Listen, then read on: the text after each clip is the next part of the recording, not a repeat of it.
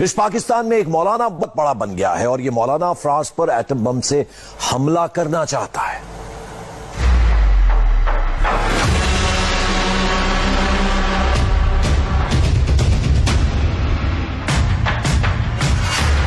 پاکستان کی سڑکوں پر اتری اس بھیڑ میں ایک یا دو نہیں سینکڑوں اسلامک کٹر پنتھی ہیں۔ سب کا ایجنڈا ایک ہے، سب کی باتیں سیم ہیں اور ان سب کا سرگنا بھی ایک ہی ہے۔ داڑھی والا یہ مولانا سرعام جہاد کی بات کرتا ہے، 20 سڑک پر سر کاٹنے کی دھمکی دیتا ہے۔